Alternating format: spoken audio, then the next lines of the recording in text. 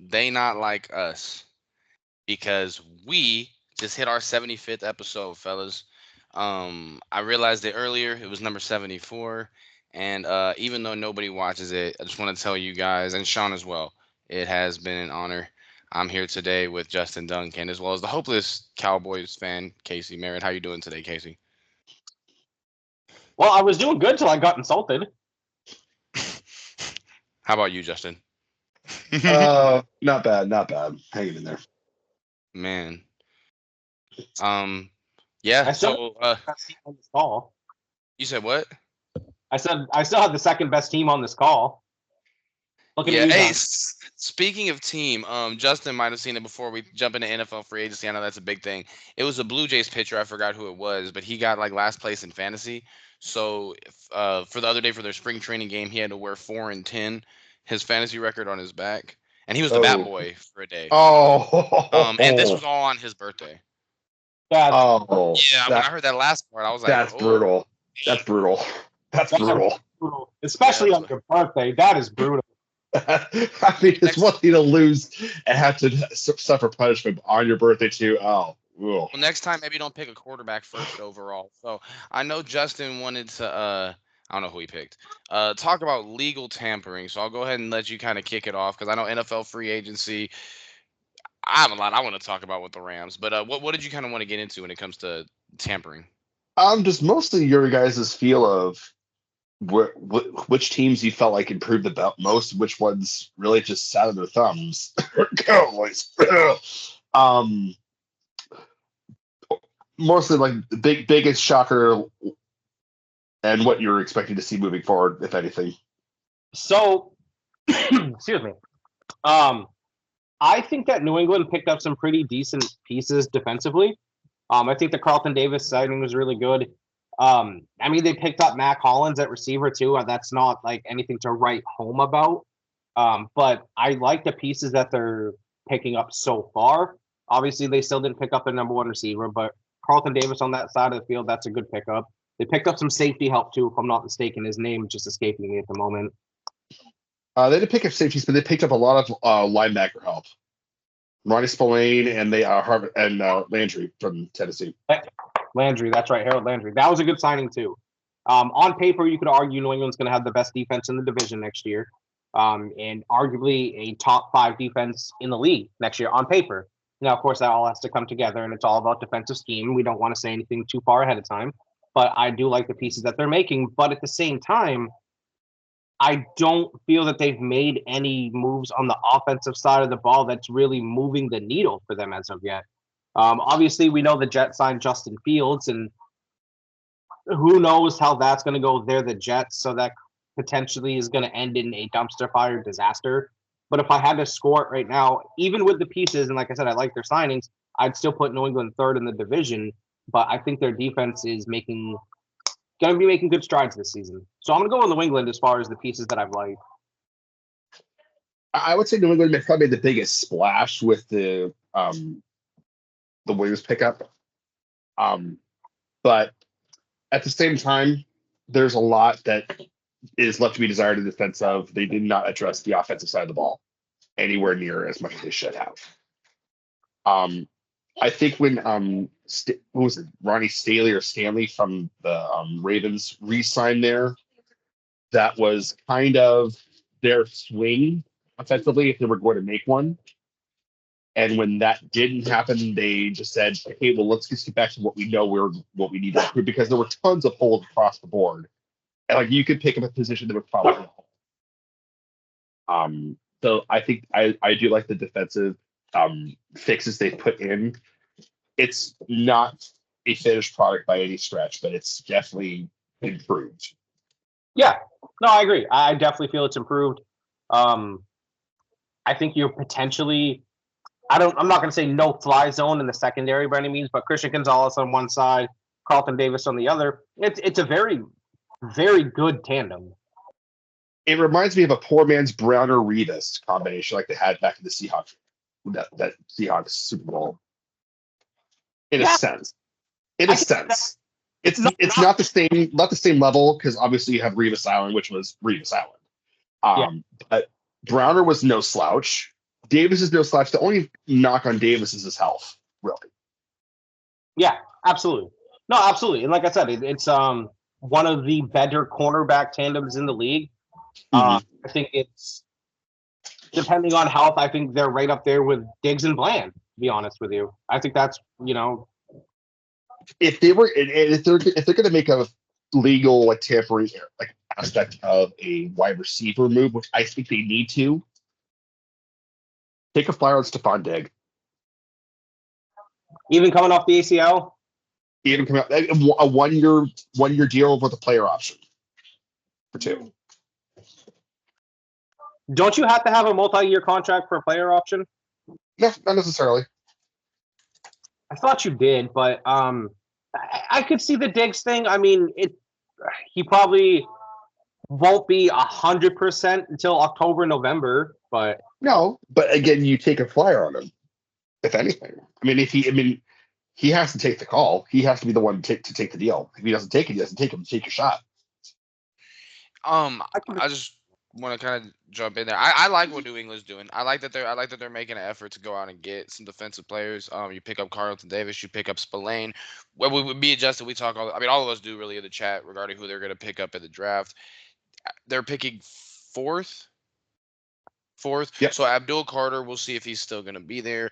He really hasn't dropped down any draft boards. I can definitely see him being gone. But like I was saying the other day, the Patriots are definitely going to have a chance to pick a guy who's going to fill a void. And I don't see any way the defense doesn't get better. They bring in Josh Dobbs as a backup, hopefully to provide some veteran leadership. So I like it. I think you could be optimistic as a Patriots fan that they're at least moving in the right direction.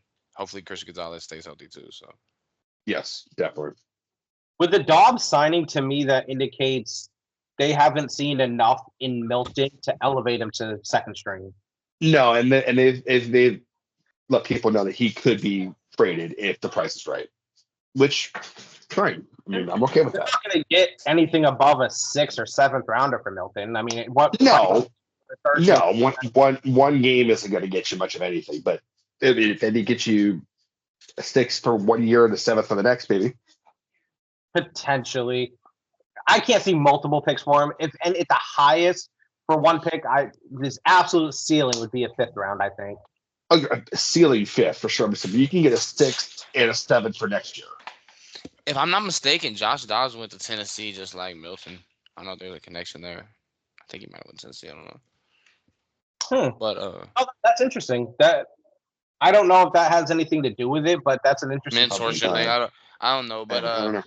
I mean, but I think we were talking about it a little bit before last season. What's really the ceiling for Milton? So I'm not shocked by the Josh Dobbs thing, but I'm excited to see where the Patriots go. I mean, in the game the Rams played against them and the games I watched of the Patriots, I like Drake May. So and then we'll see what Vrabel's good. I mean, he's taking his team to the AFC Championship, so we'll see. The tough thing about the Patriots, he had a great defense and Derrick Henry when he took that team to the AFC Championship game, and AJ Brown. Like outside of the quarterback, let's not act like those Titan teams weren't pretty stacked. True that. who was the QB right? It was Tannehill. Tannehill. Yes, Tannehill, who was serviceable. He had times in his career where he was a serviceable to good quarterback. Mm-hmm. And now he's just bad. It was a poor man's Ryan Fitzpatrick without the trade, without the mileage. Just a little update. Maine is leading at halftime. I just saw a second ago. I think they're up by like 6. I think it's 27-19 if I'm not mistaken. I got it on in the background. Vermont plays in a fucking high school gym. Go ahead. Speaking of the Rams, obviously the Devontae Adams signing is huge. But again, that ultimately screams, and they've been saying it. We've all been saying it. We know what's happening. They're looking for a trade partner for Cooper Kupp. If they don't find one, they're going to release him. I'll take him. No, yeah, he'd be a good fit in New England. I'd wait till he gets released before going after him because you don't want to give up. Don't trade for him. No, wait till he gets released and then pick him up. I'm still saying I think he's going to Dallas. I've been saying that for a couple months now. I think it's a good fit. He'll be a definite number 2 to CD. I could definitely see that happening. But Ian, what are your thoughts on the Rams offseason so far? Obviously, Devontae is a huge signing, so Stafford coming back too. Well, honestly, with the Rams, and I think a lot of times the word predictable is used such a negative connotation, but we're kind of doing, I think, what everybody saw we would do. Cooper Cup, we're probably gonna, what's up, doggo? We're probably gonna release him within the next couple of days. Came out, I'm not sure if it was today or yesterday. He's curious about the Patriots as a potential suitor if he does get rid. But we're training for him and releasing, and we're not keeping it. It's known at this point. Um, so hopefully he ends up somewhere good. I'm optimistic about and I like the moves that we make. Obviously, I want to just start with the Devontae Adams one. Like I was telling Justin, um, it I think it adds another um not a window, but I mean, yeah, kind of a window in a sense. Devontae It Adams, if cracks the window a little bit further open. is he younger Yeah. than Cup, right? He's not as injury prone as Cooper Cup regardless. Cooper Cup feels No, older I to agree. me. And uh and I yeah, think Adams is older, but Adams doesn't have the injury history. yeah, I was gonna say he just doesn't seem. Adams has been in the league since 2014. Cooper's only been there since 2018. Cooper's still young, very very young. And he's just But been just injury so. prone. Yes, Is he that he was the max age when he came out of Eastern Washington. But regardless, I'm not gonna say I gave up on Cooper Cup, but I think it'll just be a good fit having Devontae Adams in there. No, I it's like I've been saying. When Cooper is on the field and at 100%, he's still a very serviceable receiver, very good, mhm. and a bona fide number one. But it just the injuries have halted him and slowed him down, and he can't. He's not proven to be able to stay on the field. That's his issue. He can't stay healthy. Yeah, Yeah, and route like Cooper Cup's gonna do good wherever he goes. I just think it's gonna be a breath of fresh air. I mean, as of right now, with the injuries Cooper Cup has had, if you ask me when healthy, if you make both guys healthy right now, I'd probably say Devontae Adams, who I'd pick. I think I would say it's by a mile, but I'd still pick him. And I think him going with Nakua, it's gonna be interesting to see what he's gonna be able to do in Sean McVay's offense too. Is another thing. I mean, we saw a lot of times in New England, he was just frustrated because he couldn't get the damn ball. And when he did get the ball, I mean, he was balling out. So, and the thing with New York, man, just that's a whole different story. But what a disaster that thing ended up being. But no, I'm Justin excited. Fields are in there now. No, the thing I'm just most probably excited about is the Devontae Adams thing. I knew it was coming. The thing I'm the most excited about is the fact that we got it done. My fact was we were gonna botch it, trade Cooper Cup away for maybe a couple lesser talented players that it didn't work out. I'm glad we got our guy. I don't have any doubt that he's going to flourish in Sean McVay's offense. I don't think you could be that great of a receiver. And then plus Puka is getting better every. I mean, you saw some of the catches he made last year. So My and then my Kyron big Williams had gripe. a career year. Yeah, I mean, my gripe about like you said, like you're worried about them not getting him and then losing on Cooper Cup. I mean, the Patriots, for example, they went all out on Chris Godwin, and Chris Godwin turned him down. He left about $20 million on the table to stay in Tampa. no state income tax in Florida. This is true. That was a big thing about LeBron when he had less money going to Miami. It's like More than the it other kind of that feel is your team threw everything at that player, and they didn't take it. See, the Patriots, they give me post Jordan Bulls vibes where nobody wants to go there anymore. Mm. Well, I mean, now you have Drake, and now that you have Vrabel, who is a better coach, obviously, I think you have a better chance of luring players. And the splashes they made financially with the Milton Williams signing, Davis, Landry, and such, I think it's becoming more of a destination, like more of than it was last few years. But it's still not like the years when you would go say, I'm going there because Brady's going to get me to the Super Bowl. It's not the same as it was. Is Vrabel a player's coach? No. Not as much as Mayo. I mean, Vrabel's a hard ass, right? He's more He's around he's Belichick. he's in between Mayo and Belichick, but with more of a player's side than Belichick was. By the belt. I get you. Yeah, So it's we don't have to because they really didn't do nothing, but I want to brush on the Cowboys really quickly here, fellas. brush away. So Javonte Williams, not hating on the signing, very good back before the ACL injury. Did some nice things in Denver. Got him on a 1 year, I believe it was a $3 million deal, so it was a steal.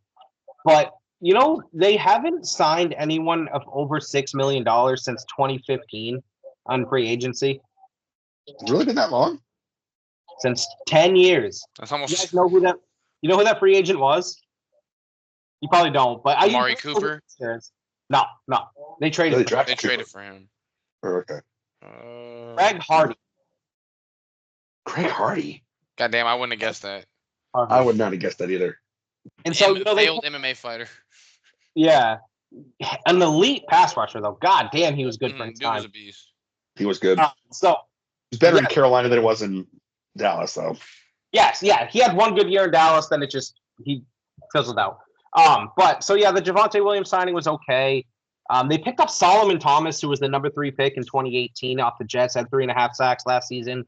Rumored is they're going to move him back to edge rusher instead of having him at defensive tackle, which I like. I mean, if you look at Pro Football Focus, he was one of the worst rated defensive run stoppers for defensive tackles last year. So I can't imagine that's where they're going to keep him is at defensive tackle, especially since Dallas's biggest issue last year on the defensive side of the ball was stopping the run, which it has been for 3-4 years now. It's going to be for the next 4 or 5 years with Saquon in Philly. Yeah, you're not wrong, but I like a couple of things that they've done, and I've been looking a little bit more into this, right? So the Brian Schottenheimer signing at head coach wasn't my favorite, right? Then I started looking a little deeper into the moves that he's making for his staff. So their offensive coordinator they just picked up was the offensive line coach for Arizona last year and the run game coordinator. And Arizona last year ran really good run schemes. And for the lack of talent they had at back, we're still one of the top 10 rushing teams in the league last year. And so I like that because Dallas is they're a very inside zone, dive, stretch type run team last year, the past 10 years, really, to be honest with you. And so they're going to be able to integrate some new schemes, some new running formations. And with a pickup like Javonte, it makes sense. But what it really makes sense for is what's happening next month in the draft. And I think they are going to pick Ashton Genty. And so I'm liking these little small moves that no one's talking about right now. They just signed Kavonte Turpin to a 3-year, $18 million extension. I like that. Obviously, no one's going to sit here and dispute Kavonte Turpin is the best kick returner in the game. He is one of the fastest players in the league. And so I like that signing. But they're not doing anything that's like head turning by any means. But all the signings that they've made have made at least a little bit of logical sense. Were you of the opinion going into this offseason that they should have considered trading Micah Parsons? No, that's you can't do that. I mean, as a Cowboys fan, there's unless their planning was to draft Abdul Carter, which he won't be available by the 12th pick, but their defense is so much noticeably better when he's out there. He is the part up to get Carter though. No, because I don't think so because the teams that would be interested in trading up are the teams that need a quarterback. No. If you could trade with the Patriots, for example, to go after Carter, for example. I think people would trade up for Carter, maybe Hunter is really the only two I can see teams really making a drastic. Because honestly, the draft is going to the first pick of the draft is going to tell me who the Patriots are going to end up getting. Because we were talking about Will Campbell. No, he's got the arms of a T-Rex. He has the shortest arms wingspan of any evaluated offensive tackle in the last 20 years. They're not taking Will Campbell. No, that's not going to happen. But depending on what Tennessee does will determine who the Patriots are going to get. Do you say if New England's quote unquote guy gets drafted, right? Do you see if a potential for New England to trade back? That would be if Carter and Hunter were both gone. Which it's possible. Possible. The only reason I would because Didn't the Browns just pick up a quarterback? They're not going to have Kenny Pickett run as their starter. That's the problem. No, So they absolutely are not going to run with Kenny So Pickett. they're still going to draft a quarterback. So Cam Ward or Shador is going to go to one of the two of them. Yeah, I agree. But it really depends on what Tennessee does. That's fair. That's fair. And Tennessee's absolutely taking a quarterback. They're definitely not running with Will Levis. Or do No, the but Giants pick? but there have been talks of them taking either Abdul Carter or Travis Hunter. They would be stupid to do so, I think. I mean, who is Tennessee going to run with at quarterback then? Will Levis Mason is Rudolph.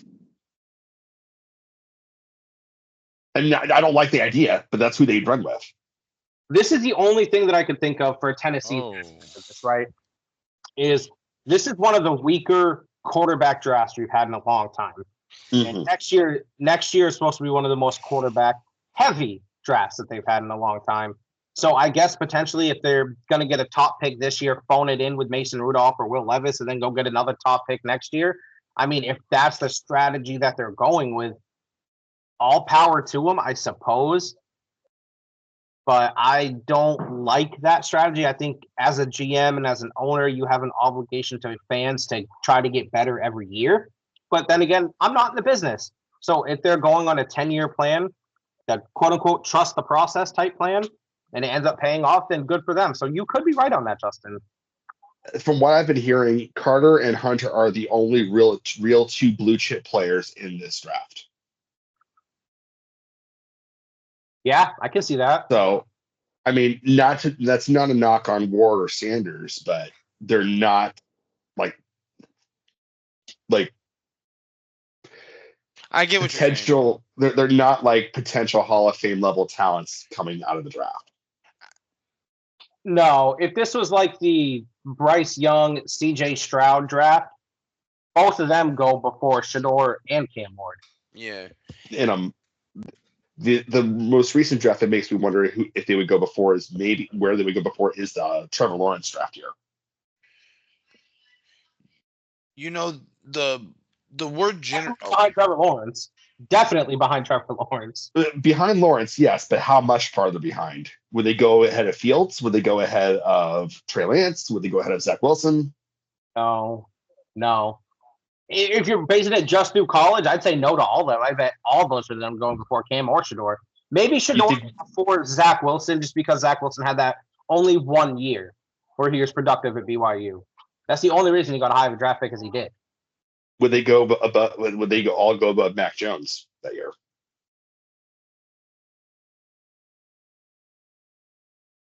Damn, that's a good one.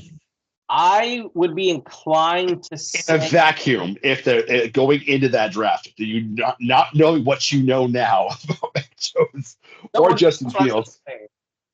I'd say they'd go before Mac, and the reason I say that is because everyone knew what Mac was. He was one of the most NFL ready quarterbacks to come out that year, and it's like I told you guys right when he was drafted. I think he has a high floor but a low ceiling. He had a low floor and low ceiling, but it came down to it. He had Josh McDaniels for 1 year, and that was his ceiling. That was it. 100%. 100%. Going back to what you guys were saying about the blue chip, or what Jess was saying about Carter and Hunter being the only blue chip prospects. No, I get what you're saying. Like if they live up to their ceilings, like very easy. Genty may be a questionable blue chip. Genty might be a blue chip, but he's like a light blue. He wouldn't say a straight up blue chip. Genty is going to be very dependent on where he falls. Oh, like all running backs are, for sure. Oh, for sure. It all depends on the system that they go into. Not all. No, not all. Most. I think more so than any other. Well, I mean, maybe receiver, you guys have somebody throwing the ball, but I think running back is so much easier to key on, especially at the NFL level, so much easier to key on. Oh, I agree, but we're not going to sit and say, oh, guys like Adrian Peterson, LaDainian Tomlinson, they would have been stars if Old Town High School. And didn't matter where you went for those guys. Yeah, sure. I think there's fewer anomalies than any other position. Is all I'm saying. Yes, agreed. That's fair. But yeah, man, I'm excited. Where is the draft this year? Isn't in Indy? I think I'm not 100% sure, actually. It is I know it's in in at Detroit. Lambeau. Lambeau. That is cool. In the middle of We were like, it's still winter there for Green Bay. That's gonna be kind of awful. It'll be middle of April. It'll be fine. they're gonna have it at the stadium. I gotta. Is it at this? Is it because there's Green the town? I actually did like a search about of Green Bay. There's nothing in the town other than the stadium, really.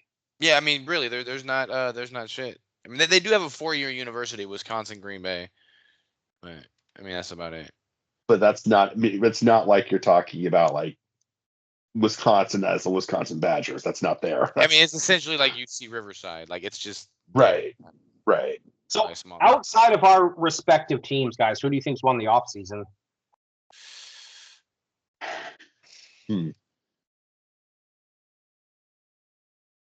Potentially the Commanders? Commanders was is a thinking definite that. possibility. Every time I turn my phone on, it seems like Commanders are doing something. That's what I'm saying. Like they've been aggressive this offseason. Yeah, I'd say. I mean, they've been more aggressive than I figured they were going to be because I mean they were really aggressive developing last year. And I figured that this year they kind of like eased their way through, but they're still going full cylinders. How do you guys feel about the Eagles? I mean, you look at all they lost Hassan Reddick, they've lost Josh. They lost a lot. They lost TJ Gardner Johnston. They just lost him. I think The team- they're not going to Yeah, have they like. I'm not saying the Eagles are going to have a fall off the cliff, but I definitely can see some regression coming from them next season. I could see them probably. I mean, the 49ers probably had the worst offseason so far. Oh yeah, Dre Greenlaw's gone. God, who else? Usage is gone. They cut usage. Debo's gone. They lost like 9 or 10 different starters. Speaking of the Commanders, that's where Debo went. DK went to the Steelers. Why did you guys not pick up DK? I was telling you for months. We went after him, but the Steelers threw more at him.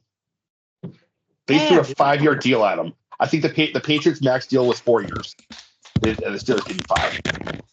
I was telling you before the season end, DK wanted out of Seattle, and nobody was even really yet. I started rumbling on it on Twitter, and I was like, DK wants out of Seattle, and boom, what ended up happening? Seattle, he wanted gone.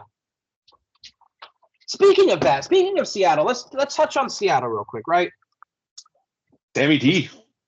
I was listening to Richard Sherman talk about Seattle, and he brought up a good point that I didn't get until he said it.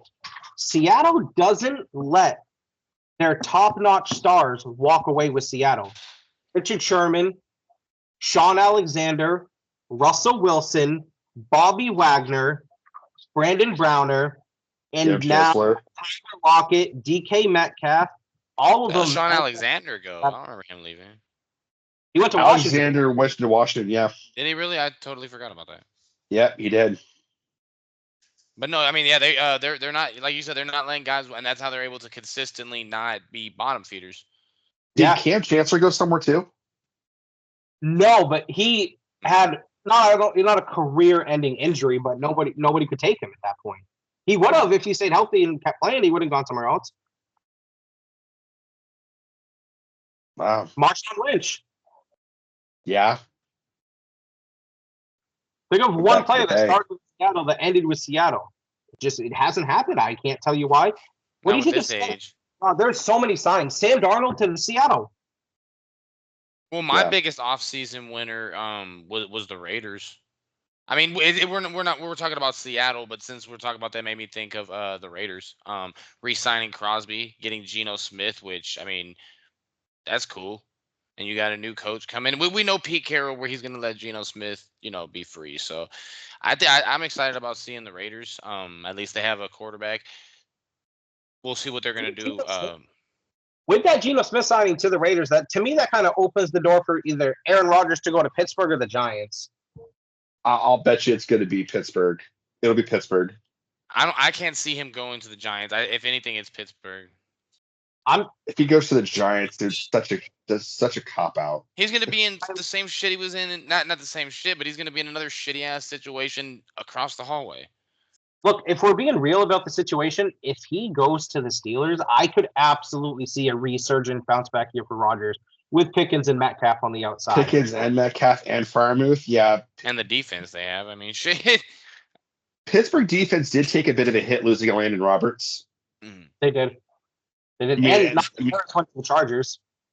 Yeah. So they've got some holes to fill, but it's not as bad as the Jets or the Giants.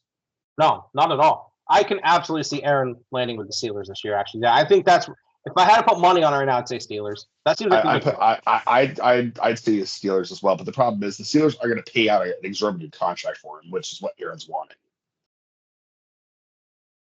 I think they give And him. that's just a massaging of ego. That's what that is. But I could see them giving him 2 years, $75 million, fully guaranteed, which plays well for both of them. It's not a huge cap hit, but it's also guaranteed money for Rodgers. Here's another question. I mean, kind of speaking of guaranteed money, what the hell are the Bengals going to do? Trey Hendrickson?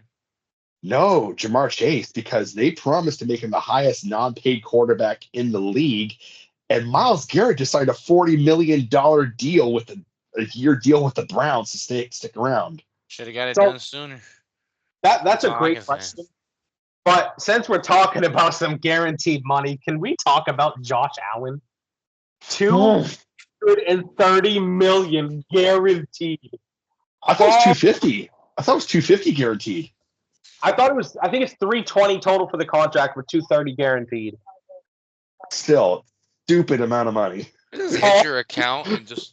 I mean, deserved, but a stupid amount of money. Granted, no, Justin, I agree. Granted, deserved, but they just fucked their cap for the next 10 years. If they don't win a Super Bowl, it's still one of the worst signings in the history of the league, regardless of how individually good Josh Allen is. You have to win a Super Bowl. What is average? What's this average over annual for that? What is it like a? Jesus. Pull up the contract. Hold on. And Maine is up by 10. Yeah, I know. I'm watching. It's going to be a big, big cap hit. This is one of the things where I could see them in 2 or 3 years restructuring the deal. They have to. Oh, shit. No, okay, so 6 years, $330 million with the Buffalo Bills, including $250 million guaranteed and an average annual salary of $55 million. God, my. That's not the worst for a cap hit each year, actually. I would shit all over myself. I woke up with shit on my back. Y'all would. But damn, man. It could be worse, but still. I'd die of happiness if I got 5% of that money. I'm with Casey though. It's like you better fucking hope you win at this point, because any possibility you had to make any other significant moves. I mean, don't get me wrong. He just won the MVP, but he did win did they give it to Lamar? No, it was Josh Allen. Josh. Okay, I thought I was tripping. Didn't want to be called out by one of our 5 viewers. But I mean, yeah, it's going to give them significantly less. I think they're under the impression that Josh Allen's play is going to keep improving, and that we'll see what they could do this next year, because as the years go by, we're going to start to see them struggle to re-sign guys. Their offseason hasn't been too bad yet, but I mean, we'll see. Hollins was their most highest scoring player, the wide receiver. He had the most touchdown passes by Allen the entire year. And now he's in New England. Mm-hmm. This is bad for New England when I say it like this. I think he's their best receiver now, and he's still not a number one. I think you're probably right. I think he's a high 2 right now. Yes, 100%. Yes. He's a high 2. He's not a 1, but he's the number 1 right now for them. 100% he is. Yeah, of course he is. He's better than He's better than Douglas, and he's damn sure better than Polk. Pipe dream. Okay. If you pick up Diggs and he's healthy, and you're still able to draft again, pipe dream. Wait, but isn't Diggs under contract? No, he's not. Diggs is a free agent? I think he's a restricted free agent. Ian, can you look at that up real quick? Who is this? Stephon Diggs? Stephon Diggs, yes. I think he's under contract. If you're right, I think I see where you're going with this. You're saying pick up Diggs, draft Travis Hunter? Mm-hmm. Stephon Diggs it says it's Stephon. He is a free agent. Let me see, And how unrestricted. nobody reached out to Stephon Yep. Diggs So yet? it says because of here, his injury, his with the injury star. history. This is on February 28th. With the star receiver's contract coming to an end ahead of this South season's free agency, Diggs will be an unrestricted free agent when the market opens on March 12th, which is tomorrow. Tomorrow. Oh my, yeah. So so those we're gonna get so many signings tomorrow. Mm-hmm. It's a big day tomorrow. League season starts tomorrow. Opens tomorrow. Yeah, So we're gonna get so many signings tomorrow. So hypothetically, New England picks up Stephon Diggs, is able to draft Travis Hunter, and then you address tackle in the second, third, and fourth round. Yeah. Boom. Done. Boom. Done. Then you're okay. Then your receiving room is fine. Then we're a wild card team on paper. Yes. Yes. I'd put you right behind Buffalo as far as contenders for the AFC East. Yeah. I think right now on paper we're probably still right behind Buffalo. I'd still say Miami, depending on Tyreek Hill. If Tyreek Hill stays in Miami, I'd still put Miami over you just because of the talent that they have on offense. That's fair. I would say that their offensive talent is outweighed by what we have on defense comparatively. That's a fair argument. I can see that. That's a fair argument. I would put New England behind Buffalo still right now, obviously, but a sliver over Miami. I think that could be one of the situations where I'll give you a scenario, right? Say you guys play in Miami in September and lose, but then you play them at home in December and beat them, if that makes sense. Yeah, sure.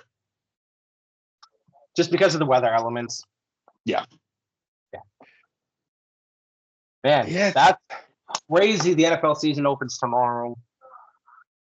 So before we touch on basketball, guys, we should I want to cover a serious topic, and I'm sure you guys heard about it, the Xavier Worthy situation. Ooh, I didn't hear a lot about it, but I know that he was popped for domestic violence, if I recall correctly. Which ended up being a lie. Ooh. So shit. I didn't hear a lot about this. So what ended up happening? Go ahead. Xavier Worthy found out that his wife or girlfriend, whichever one, was cheating on him. And this was happening for a year plus. He hired a private investigator that tracked her for about a year. Anytime he left town, she had multiple men over and was cheating on him. And so he got fed up with it, got home, advised that she leave his residence. He was done with her and for her to leave his residence. What ended up happening is this woman, I don't know her name, I haven't looked it up, but destroyed his house. I mean, destroyed it. Started breaking things, started assaulting him, was choking him, punching him, and then ended up calling the cops. And he still got arrested for domestic violence, even though he didn't lay a hand on her. That's fucked up. That's screwed up. It's a crazy world sometimes, guys, and it's one of those things where you got to feel for a guy like that. You know, here's a man who dedicated his life to being a professional football player, sees his dreams come true, thinks he has the woman of his dreams, and she's stabbing him in the back every time he leaves the house, and he confronts her and wants her to get out, is being peaceful about it. She attacks him, destroys things in his house, and he still goes to jail. You have a right to defend your property, but the way you're just, I'm reading the story right now, but it doesn't even sound like he, show no, it's crazy, man. And, with the laws in so many different states, it can get messy, but, thankfully the truth came out because, I would never want to see anybody, male or female, get in trouble for something that they didn't do. And the contrary, if somebody's lying, trying to get somebody else in trouble, they should be held accountable too. I agree. I think another big thing. I've always thought that if you lie about a crime that somebody committed, you should be sentenced to what the penalty of that crime is. The Brian Banks story. That's destroying someone's life, man. That's not okay. You never heard of the Brian Banks story? I don't think so. He used to play, I think, for Long Beach. He had committed to USC, and some girl said that he raped her. I believe he was. I don't know if he exonerated. It ended up coming out later the truth, but I mean, yeah, he was a huge football player at Poly, and yeah, whole entire life ruined. Dude was gonna go to the NFL. Like, he's one of the best players in the country. You look it up, Brian Banks story on YouTube, and Maine is still up by 12. It's almost it just dials back to it, guys. Like, you always got to be careful. Even the people you think you can trust most in your life, never doubt what somebody is capable of. Exactly, and also don't do especially if you have that much property worth of value. Get some cameras, take measures to. When in reality, you could do all that stuff, but like you said, don't underestimate what people are capable of. Be careful the people you surround yourself with. But maybe the girl was having a bad day. I don't know. And domestic But violence isn't always one-sided. It's not always the man assaulting the woman. It's not. I mean, men can be victims too. it's Yeah, just normally they won't speak up and say nothing. So I feel you. I'm very stereotypical, but it does happen. I'm glad for him though that the story got out and got exposed his Yeah, face, because domestic but violence will always linger around you as a human. Like, in the sports world, it's one of those things, unfortunately, and I hate to say it like this, gets thrown under the rug a lot. I mean, look at players like Kareem Hunt, look at players like Tyreek Hill, who have Right, right. known for these outbursts and doing these horrific things, but because they're phenomenal at a sport, all is forgiven and almost nobody ever talks about it. So when it plays out on the other side, you've got to give it its credit too. And props to Xavier Worthy. I hope things go well for him in the future, and hopefully he has the best season of his career. he's a young A guy pretty too. good one. He had a pretty good one. Not gonna lie. Yeah, he did. He's a good player. Very good I player. I bet on him first touchdown like every single game for like 10 games this past. But yeah, I mean, he's still young, but let's talk about some more positive stuff. I know it's not probably not the Celtics blowing that lead and barely pulling it off. You should be happy with a win, bro. I'm not Yeah. at all. I'm not happy with that win. I was happy with the Lakers win, obviously. They showed resilience, and yes, they blew another lead. They were up 22. Lakers brought it down to 4. I cannot put my finger on what is going on with this team when they get up 20.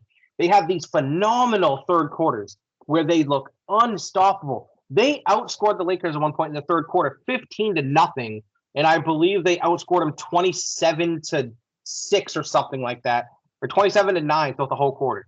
And I was like, God, this team is on a roll. They are looking great. They're going to smash these Lakers. Then all of a sudden, the Lakers went on, I think, a 17-2 run in the fourth quarter. And the same thing happened last night against the Jazz. It's something similar to last year, except the difference is they would choke it away in the third quarter. Yeah, that's true. But now they're choking away in the fourth. And that's the worst time to do it. Justin, as a Celtics fan, how does this not concern you like it is me? It's concerning, don't get me wrong, but I'd be more concerned if you were at full strength, which they're not. Exactly, and that's something that I wanted to touch on about Boston as well. Look, I mean, for somebody that has no reason to say anything good about the Celtics, I mean, I was Mavericks in 7 up until, I mean, literally like 15 seconds left in the game last year. I mean, they're number 3 in the league in shot block, or number 6 in the league in shot blocking. Porzingis only played 32 games. Derek White's, they're ferocious defensively. They don't let you get in a rhythm offensively. They're number 3 in the league with fewest assists allowed. I don't see anybody beating them in a 7-game series. When you look I at mean, Cleveland, Pritchard and White go off for 40 each. exactly, and then you look at, I mean, just look at the shooting percentages of all the guys on Boston. There's not a single bad shooter on the team. I think a lot of people, I mean, Donovan Mitchell, huge problem. Garland could be a huge problem. Strus. I think a lot of people are concerned about Mobley and Allen, when in reality, the rebound differential, Cleveland's not really clearing them by all that much. I don't see any, especially with a healthy Celtics team, which easier said than done. We saw how, I mean, Porzingis was hurt till the finals last year. I don't see Boston going out to Cleveland. I could see one of the teams from the West knocking them out before I can see anybody from the East beating them. Look, I don't know if I'm just clouded by, like, what's the word I'm looking for here? Just expecting the worst, I guess, is the best way to put it. I don't know if that's what. Yes. You conditioned yourself for you're convinced you're a nihilist when it comes to this sort of thing. And so I see this, right? And I'm like, yes, they're winning these games. That my thought process is this. And like I said, you guys are free to chip in and disagree and tell me why I'm wrong. But my thought process, I see them winning these games, but I'm also seeing a pattern that I don't like. This is no longer a blip. This is a pattern. This happens way too frequently where they get these big leads and they end up blowing the lead. And if this happens in the playoffs against a team like Cleveland, against a team like OKC, against a team like the Lakers, they're not going to win all of those games. And that could cost them a series, even if it happens one time. That can cost you a series. And I don't think this is sustainable to consistently blow 20-point leads in games and start and win them all. Look what aside from the go ahead. aside from the Cleveland game, how many times have they blown a lead like that and lost this year? I can think of at least 6 where they've blown double-digit leads. Okay, like a 20-point lead? No, like a 10 to 12 at least. Okay, but any NBA team can go on a 10 to 12-0 run, so you can't really call that. I don't put really stock into that. Cleveland's the only time where they had a 20-point lead and lost. So that's one. Yeah. One time where they took a 20-point lead and lost. But how many 20-point leads have they surrendered or got cut to below 5? That's in the 6 or 7. Still got the W. I get it. I get it. And see, I think all that matters is the W in the long run. You know this. It doesn't matter how pretty it is. If you win, who gives a shit? So the same way that you can say that I'm being a little too negative about it, I could say I think you're being a little too biased as a fan. And that's fair. And that's fair. I'm not saying you're wrong. I'm not saying you're wrong at all. I think it's a little too much doom and gloom coming from you, like you've been for years and years. And this game's over. We're trashed. We're out in the first round. All Casey, that it's 1-0. Exactly. Exactly. All we did was step out of bounds. We stepped out of bounds, and then we fouled on a layup, and he got an and one, and it's over. Really? Come on. Oh, I do. I get what you're saying because you're right. Especially in the heat of the moment during the games, I do get like that. Ask my wife. I tell her all that she doesn't like to watch Celtic games. But anyway, that's not the point. What I'm saying is this is becoming, it's way too much of a pattern that this happens. It's becoming too much of an issue. I'll agree, but I'm not hitting. I don't have my hand over the panic button. I might glance at it, but I'm not my hand's not over it. What if this happens tomorrow versus OKC, Justin? They go up 20 in the third, and sometime in the fourth, OKC cuts it to 5. I'll look. Okay. So I'm saying. I'll look. My hand's not moving. My eye might move. My hand's not moving. Look, I'm very consistent with my point on the Celtics. Just like I was very consistent with my point on the Celtics all of last season. You guys remember what my point was with the Celtics all last season? Was I don't give a fuck what they do in the regular season. Do not care. I'm going to watch because I love watching them, but I don't care how good they look in the regular season. They got to get it done. And they got it done. So kudos to them. I'm happy. My point with them. Why not that mentality now? I was going to say, it doesn't matter. Just in reverse. Because it doesn't matter in the long run. All that matters is what they do in the playoffs. Maine is cooking. Saying it like that, I don't have a rebuttal for because that actually makes a lot of sense. Because you can't rebut that. But my point with the Celtics this year, the optics don't look good when they do that. I'll grant you that, but you can't rebut that. My point with the Celtics is this year, though. I think when they're firing on all cylinders and playing consistent, I think they're the best team in basketball. But I don't think they're consistent enough right now, at least. We'll see if that changes during the playoffs. But I don't think they're consistent enough right now to go win the title. And let's just be clear. It is incredibly hard, no matter what sport you're playing, to repeat. It doesn't matter what sport you're in. It is incredibly hard to repeat. You have a target on your back as soon as you want it. So they're not knocking that. And every team is going to have their ebbs and flows. Yes. But even with the ebbs and flows, the Celtics are still, by and large, at least on paper, the best team in the league. Okay, but what about the slump they went through in December and January? December and January. I'm not. Almost 2 months. I'm not. When they're firing, when they're healthy, which they haven't been for much of the year, then they are by and large the best team in the league. You know what sounds crazy? The way that they're 15-3 over their last 18 games, and I'm sitting here bitching about them. And they have a relatively easy schedule coming. I mean, they have Oklahoma City tomorrow. And Porzingis has played in probably 3 of those games, maybe 4. 2.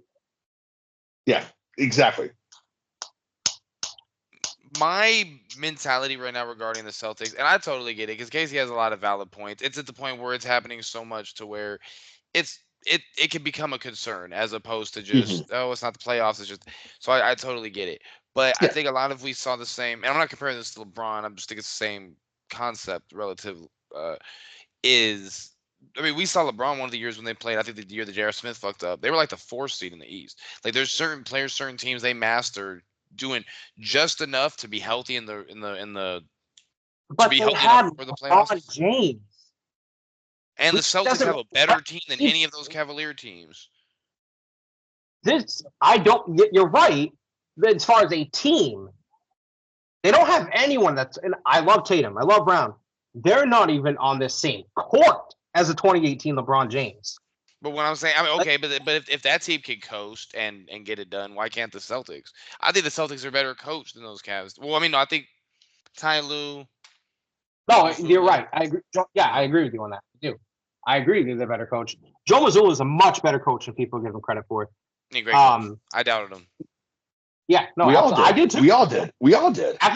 After that series loss to Miami, I was like, get Mazzulla out. Done. I love being able to admit I was wrong when somebody achieves great things. Yes, So when you see somebody achieve greatness, be like, yeah, I thought they were good, because it's you like to see somebody rise to the occasion, and I didn't think he was going to be the guy. I thought Udoka. I mean, he's doing good things in Houston, but man, once they lost him, I thought you guys were going to go into another slump. No, I mean, Mazzulla picked it up and elevated it. So I remember watching him at West Virginia beat John Wall though. You mention that every time we talk about the Celtics and Joe Mazzulla. There was a clip of him shooting at a shoot around with Derek White. He still can shoot. Yeah, he's a young whippersnapper. He can't be 40. He can't be 40. I think he's 37. He's young. 37. He's a young guy. Yeah, I think he's like 37, 38. He's like my age. Same. He'll be coaching the Celtics for the next 10 to 15 years. And speaking of not the Celtics, but just basketball in general, dude, Maine is really about to play for the American East Championship. What a great time to be a maniac. And I'm sure you guys will get into hockey in a second, but yep, you guys have a hockey team I've heard has been doing pretty good. So, question real quick. So next month, on the weekend of Easter weekend, actually, it's April 18th, 19th, and 20th. The wife and I are heading to Boston for a day or 2. How do I convince her that we have to go to a Celtics game? Because we're going with my kid, my daughter. We're going to go to the aquarium and so go see Quincy Market and shit like that. But how do I convince her once, like, hey, since we're down here, how do I approach that conversation? Is there something that she wants to do that's for her in Boston? Not really. We're kind of doing it all for the kid. Okay. But how do I approach the conversation? Like, hey, we're in Boston. Let's drop $1,000 and go to the side. I know. You don't necessarily have to get courtside seats for $1,000. I mean, the Celtics tickets can't be that terribly expensive. Probably like $50-$60. Yeah, but I don't want to sit that far up. But that's not talking for nosebleeds. They're probably spending about $50-$60 for floor level. No, those are in the hundreds. Are they really? Okay. I haven't been to a Celtics game, so that's why I wasn't sure. I mean, aside from the financial thing, I know you guys are already going there for the kid, but I would just be like, tomorrow we can go to do that thing you wanted to do. That's how I would approach. Johnson, did you see how expensive? This is a good transition. How expensive Maine playoff tickets are? I've heard rumors. I haven't heard exact. Ian, let's start with Ian.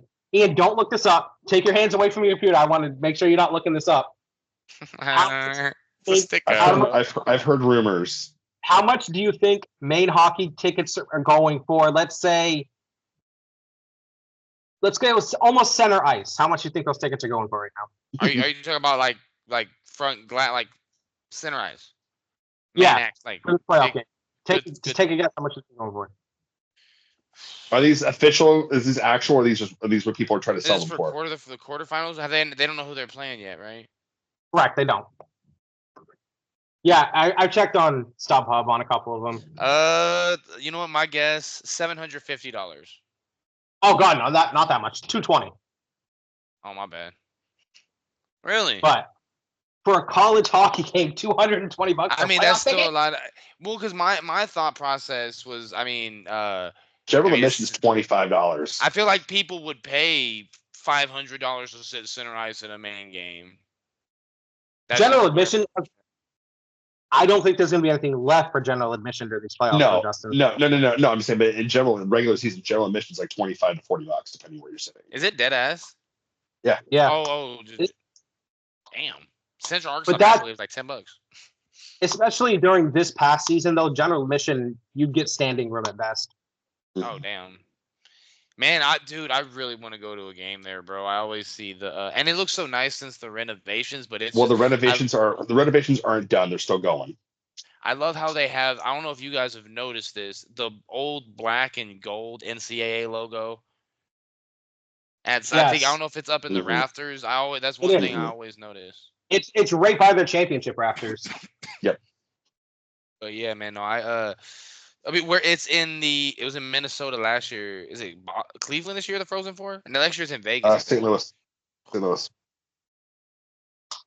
I'm telling you, man, the way they're looking now, I mean, we don't know what the future markets are going to look like, but damn, there's a real chance they could be going to Vegas next year. Maine's up 15 with 5 minutes left.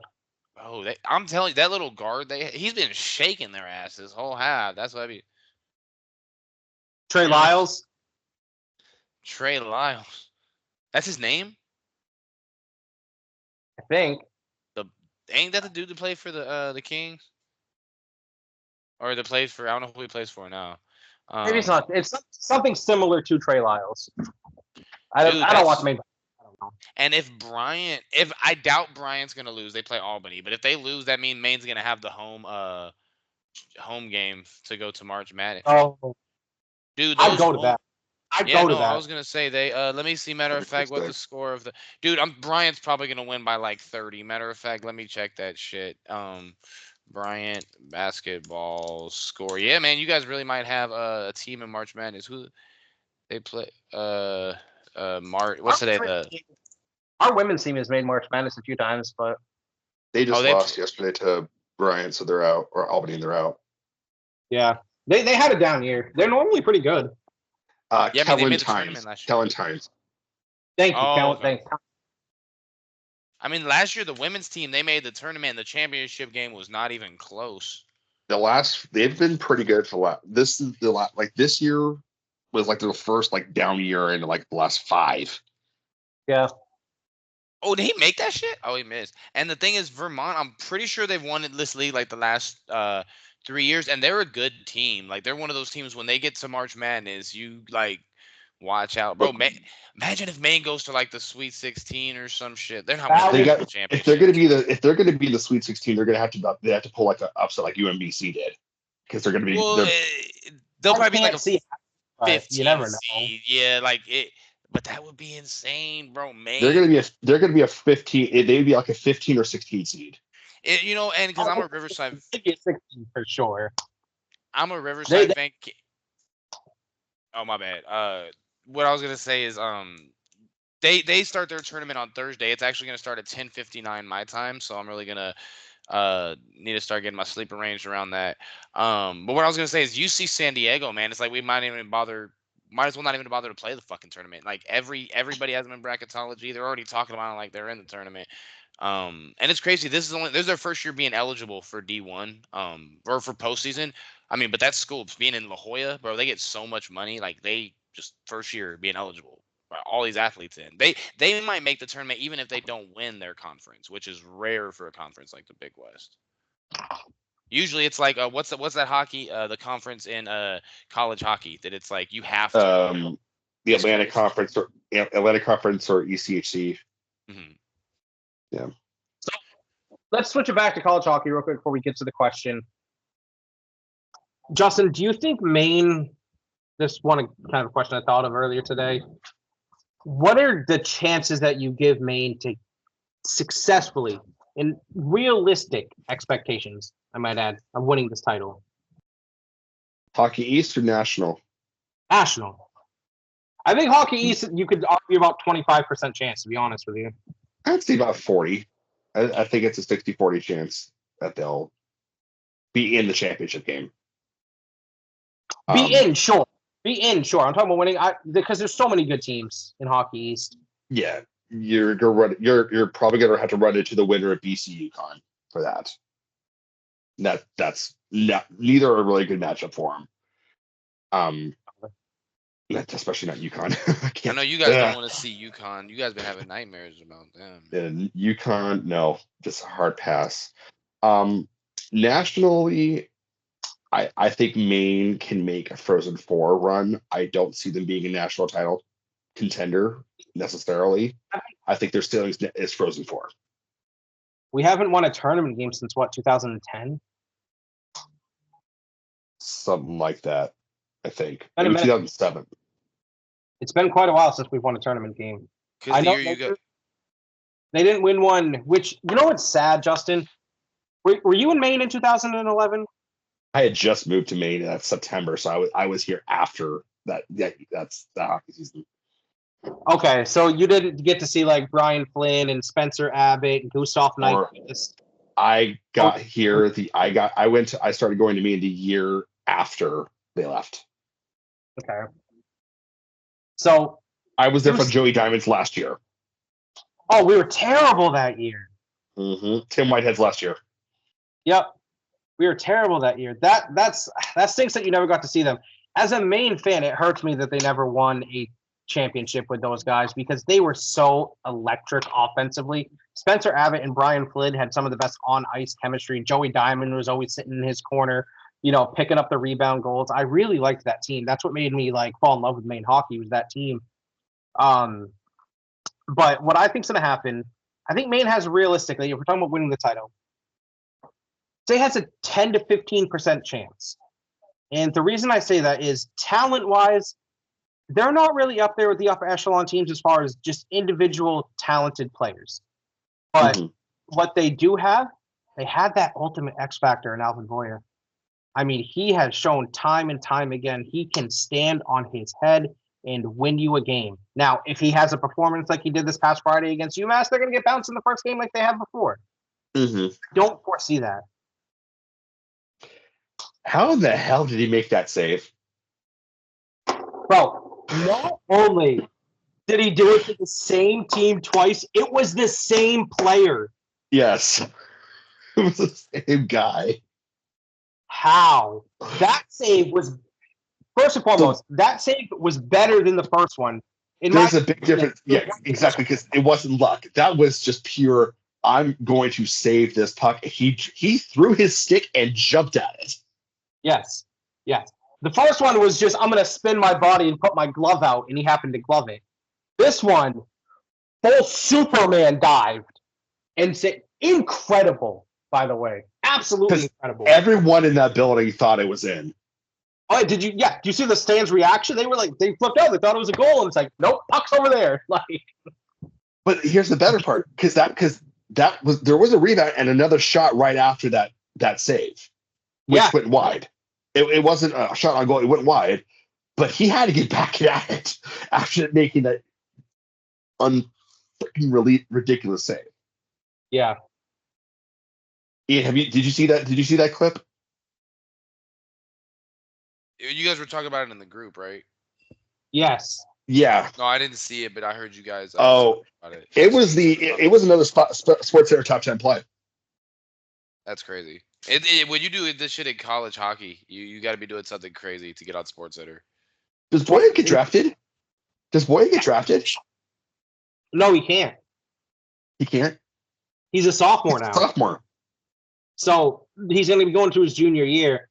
I think his draft eligibility, he'll get picked up by an NHL team, but I don't think it's going to be via draft. Okay. They'll get signed or something. Yeah. Anything you guys want? Oh, before let's go ahead and do this really quickly here, boys. Before we get into the question, before the question, which is the sporting event you're looking forward to this weekend, just want to ask you boys, what's the score tomorrow night?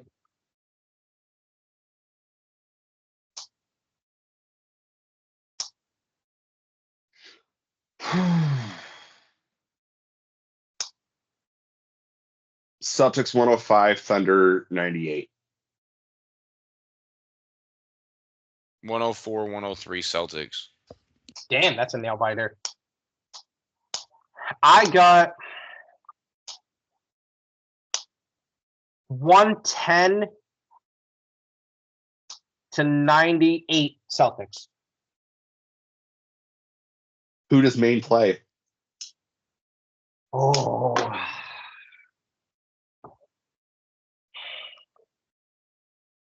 Because the matchups are Vermont against UMass, Lowell against UNH. UNH just got off sweeping them on the road too, and it's still back at Lowell. Yeah, because they're the higher seed. Mm-hmm. And then Merrimack Northeastern. So let's put it like this: I think Merrimack takes out UNH. You mean Lowell? Lowell takes out UNH.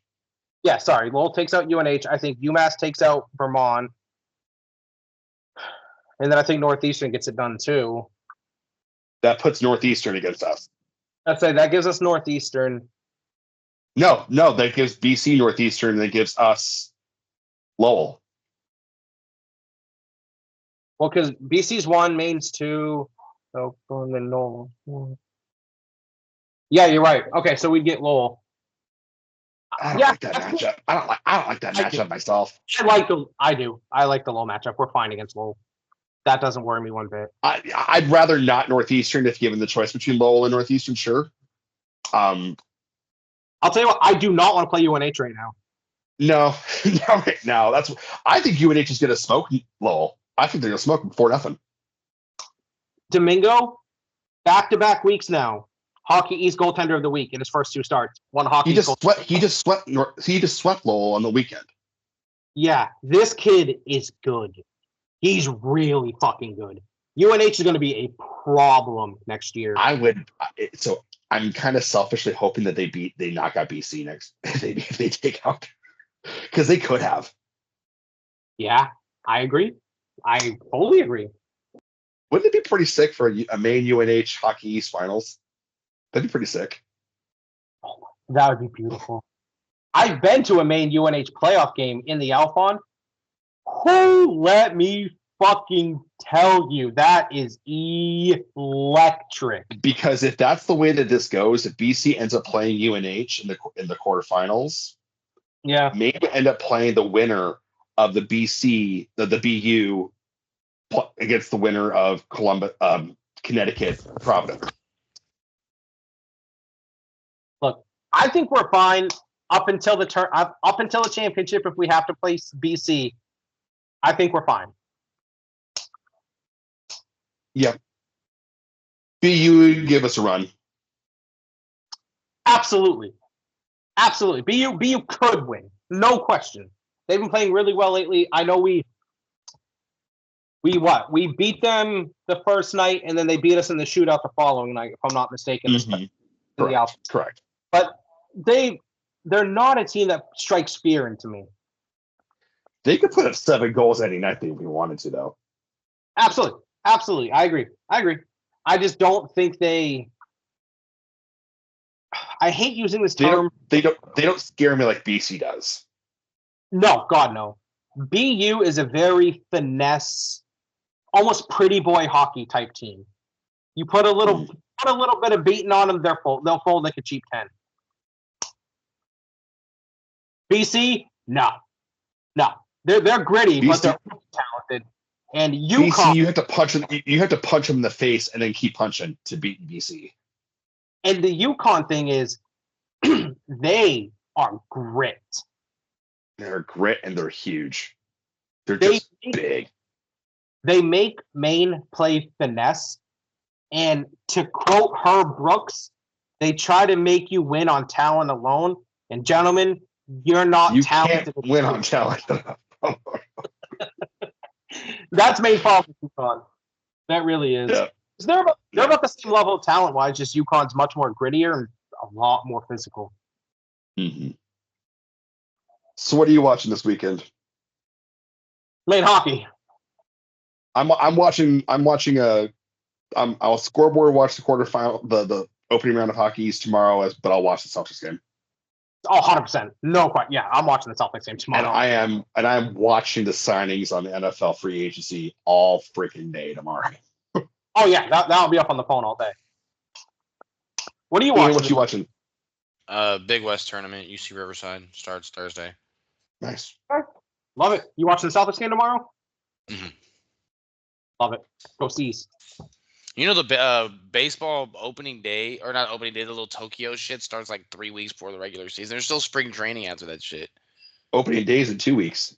Yeah, but I know you. Damn, 2 weeks. That shit's coming up fast. Yeah, because it's like we have the Tokyo thing, and then there's like some spring training games, and then it's opening day. Like I don't know. I was looking at the schedule, and I thought I was tripping, but I wasn't. But March 21st in some areas is opening day.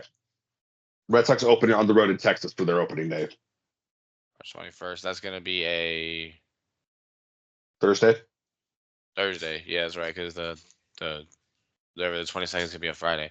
I know you had I know you're excited. Whenever somebody says they have the question, it's usually a really good question once they say it before the show. Sometimes the spontaneous ones are good, but I'm excited to hear what the question is. So I just had it. Like it's nothing crazy. It's not like a big like thought provoker, but because first of all, I agree with you. I think the spontaneous ones they hit us the best sometimes. But what do you guys feel? And you can equate this to your team. You can equate this to any type of sport that you would like.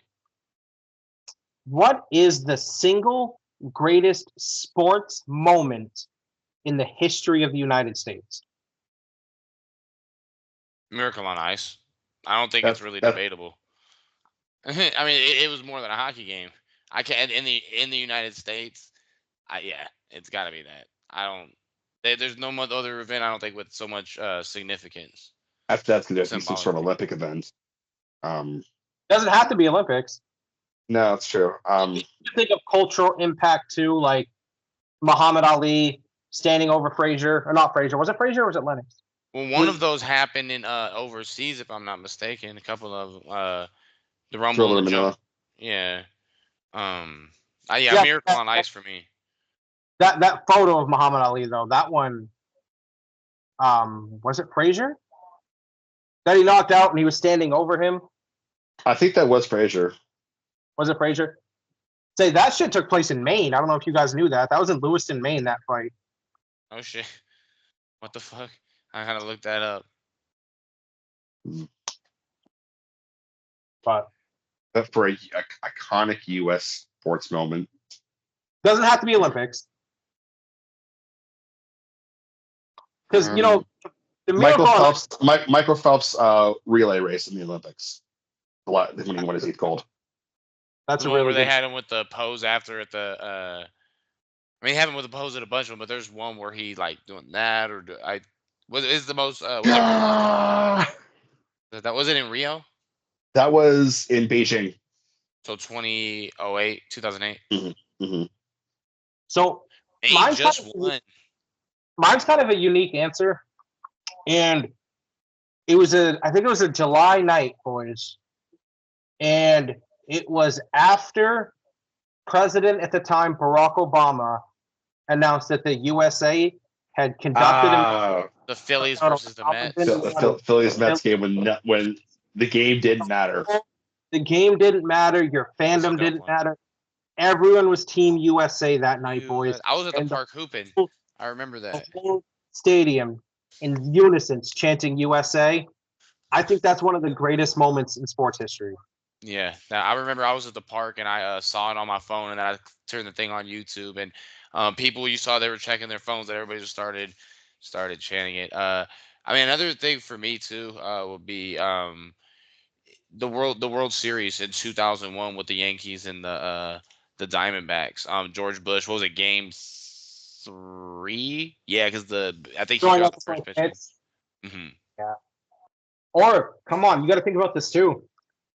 How you guys We'll remember be here all obviously night with this shit, dude. Come on. It's true. You could. September 11th. Obviously, the NFL took a week off. They didn't play that following Sunday, but the Sunday afterwards, boys, everyone running on the field with American flags. Mm-hmm. The American flags getting stretched across the whole field. It was a beautiful sight, man. Yeah, all the coaches wearing the FDNY hats and the NYPD It's hats. it's almost crazy to think of how united we felt as a nation compared to how divided we feel now. So true. Man, that could be a whole nother podcast. I feel like movies back then were about bringing us together. Now it's about what's accomplished when we're. I mean, don't get me wrong. I love an against all odds story. Because whatever it is. But yeah, it definitely seems like we're driven further apart. But thankfully, we got sports, and I think sports is a great equalizer. I mean, for Christ's Yes, sakes, we compete against fucking Russia. Like, sports brings everybody together. That's one thing. Oh, and hating Casey Anthony. That Yes. and thinking OJ is innocent. No, I'm just playing. I don't really think that shit. I think he's guilty. But rest in peace, OJ. Oh, come on, man. Like, we were saying the same shit when he was alive. But yeah, man. I Chappelle special when he talks about the 4 times that he met OJ. Wait. I think I have. Was it on the one with the Netflix thing? Yeah. I have seen that shit. God, Let's go back and dude, watch it. that's hands down my comedian goat, Dave Chappelle. Oh, yeah. Hands down. He said, "I'm gonna race him." It's the goddamn cops. They just took a house. Sometimes you gotta race.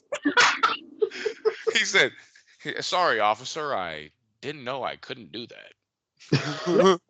Chappelle too is how much better he's gotten. How much better he's gotten as a comedian since the early 2000s when he actually did that joke. He should host the Oscars. Dude, you should listen to like just him talk. Like even when he's not being funny and just telling a story, the way his voice sounds, like the way he's so descriptive, he encapsulates you just by his words. I've seen like his interviews and shit. Yeah, I He's think Oprah was one of them. He's incredible. If you listen to his Saturday night monologue right after Trump won this past election, he's captivating, man, is the best way to put it.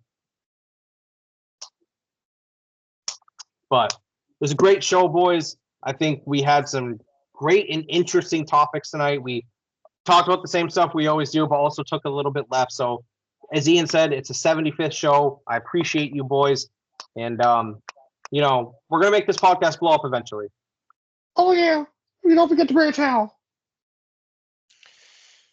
And with that victory, Maine advances. I hope all of you have a good night. I know I will. Didn't have a bad one if I tried, brother.